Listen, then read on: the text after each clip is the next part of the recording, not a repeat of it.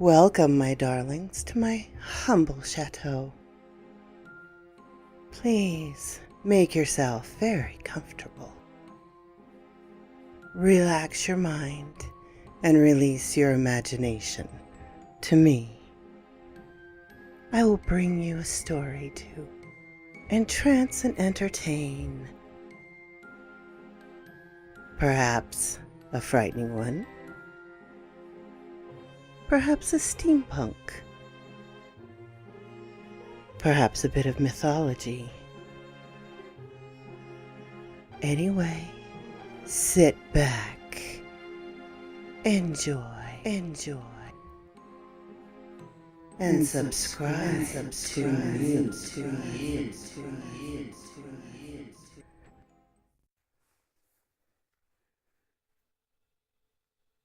The Officer Sarah Barkley Chronicles. I'm a cop, and I got another 911 hang-up, Part 1, by Barkles 52. In case you don't know, I'm a rookie cop in a small, rural Pennsylvania town, currently stuck working the night shift. I work your normal patrol shift, driving around, pulling traffic, responding to your usual domestic disputes and whatever other wonderful calls dispatch sends my way. Last week was crazy at work for me. And right as I thought life was returning to normal, I now find myself in the eye of yet another unsettling investigation. I woke up early afternoon to a purring on my chest. Haley. This cat has become the love of my life since we found each other about a week ago. However, I could do without my new vibrating alarm clock. I gave her a few scratches before guiding her off my chest. I glanced at the clock and saw it was already 1300 hours.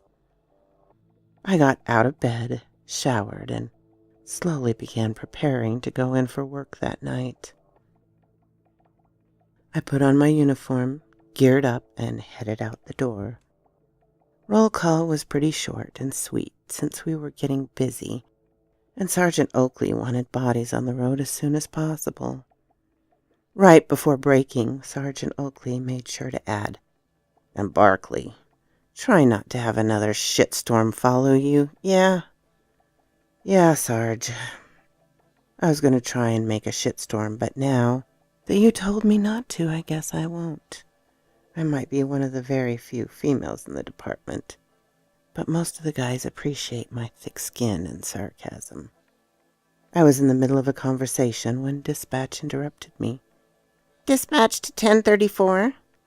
1034, go ahead. Are you able to respond to a 911 hang-up? Affirmative. What's the address? Redacted. Old School Road. Show me en route. I racked my cruiser and headed towards the house. Every time someone calls 911 and hangs up, we are obligated to respond if dispatch is unable to call back and speak with someone. As the rookie, I'm quite familiar with responding to these hang-ups. A little too familiar. I turned down the gravel road, kicking up dust in my Taurus's path. I stopped a few yards away from the old log cabin and approached quietly. To my surprise, there was an elderly woman sitting in her floral chair, watching television. I didn't see anyone else in the house, so I approached and knocked. "Officer Barkley with the redacted police department. Please come to the front door." The woman slowly raised herself from her chair and held on to her walker. She came to the front door and greeted me. "Hello there, officer. Is there something wrong?"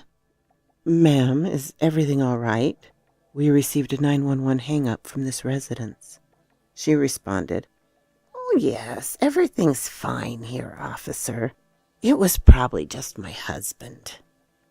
I became more alert and instantly asked, Where is your husband? I need to go check and make sure he's all right then." She shrugged her shoulders and pointed towards the fireplace. "He's right there, officer." I looked to where she was pointing, but nobody was there. I became concerned. "Ma'am, I don't see your husband. Can you please tell me what room he's in?" She slowly walked over to the mantel and pointed to the center. "He's here, officer." She pointed to an urn. "Oh, I see him now. I'm sorry for your loss."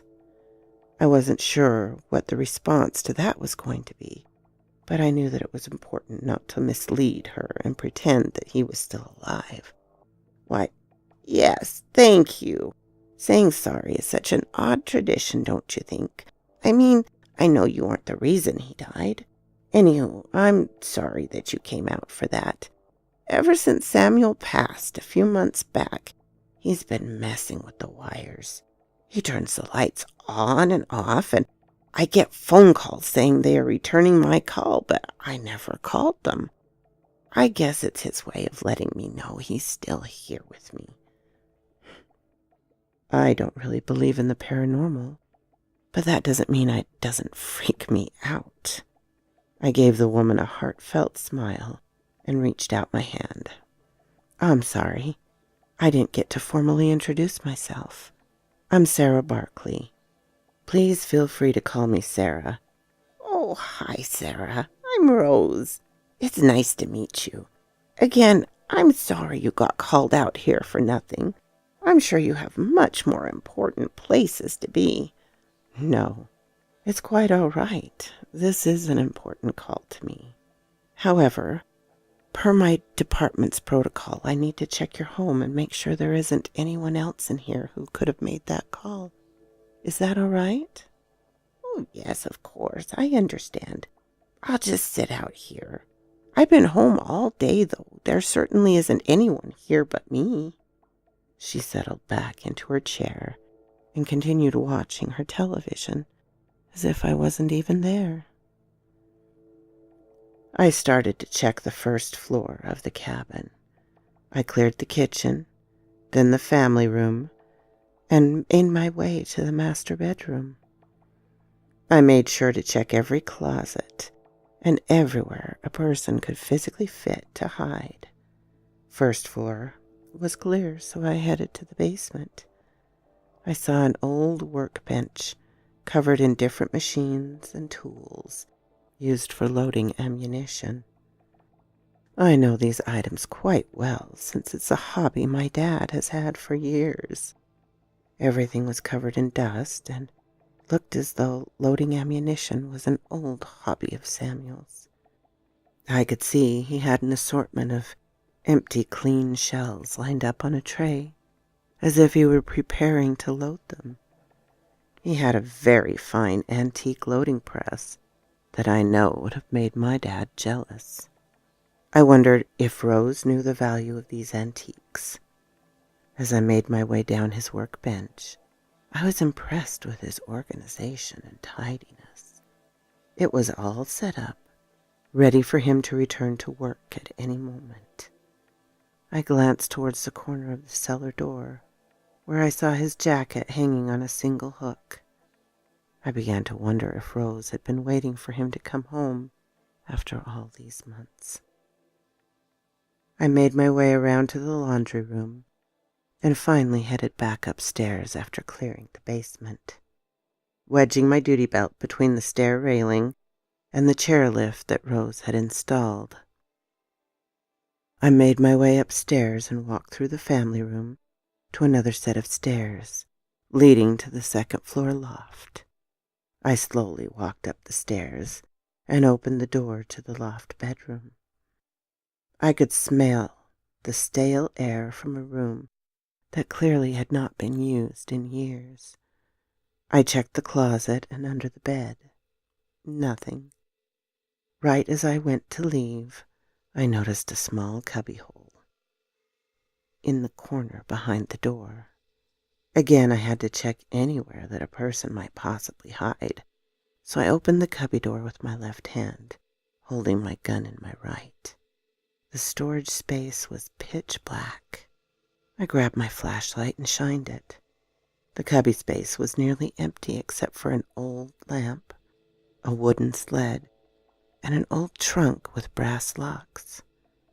When I looked at the trunk, every hair on the back of my neck stood up, and goosebumps covered my arms. My intuition has saved my life many times, so I have learned to follow it. I slowly crawled through the cubby, making my way towards the trunk. I opened the lid and found a trunk full of various items. No person hiding in there. I released an audible sigh of relief. My intuition has saved my life many times, so I have learned to follow it. I slowly crawled through the cubby, making my way towards the trunk. I opened the lid and found a trunk full of various items. No person hiding in there. I released an audible sigh of relief. I decided to drag this trunk out of the cubby, especially since I knew Rose was unable to walk up those stairs. And I thought maybe this would be something she'd like to know about. I hollered over the loft railing. "Rose, there's an old trunk in this cubby hole. Did you know that was up here?" Rose replied, "What? What trunk?" I decided to carry it down to her to let her look through it. I set it down at her feet and opened it. I could see it much clearer now that we were in the light. There were old newspaper clippings, photographs, and old clothing. One photograph in particular caught Rose's eye. She leaned over and picked up the photograph, caressing the edges. She began to cry, and my immediate response was to comfort her. "Oh, Rose, I'm so sorry. What's wrong?" She sat and cried for a few moments. When she was able to answer, she said, "It's a photograph of my granddaughter. I not only lost her once, I lost her twice. Sometimes the pain is just too much to bear." I asked. Rose responded, "Don't you know, honey? My granddaughter was Michelle Klein, the woman the police found in Patch Lane House." So quoth this raven. My dear, I promised you I would bring you more of Barkley 52's wonderful stories. So we've started the second chapter, I suppose. And, pointing back to the first. If you enjoyed it, my dear, please give me a like. Comment if you want, and I'll do my best to comment back. And if you haven't already done so, please subscribe and ring the little bell so you know when to come up and see me. Bye-bye, my darlings.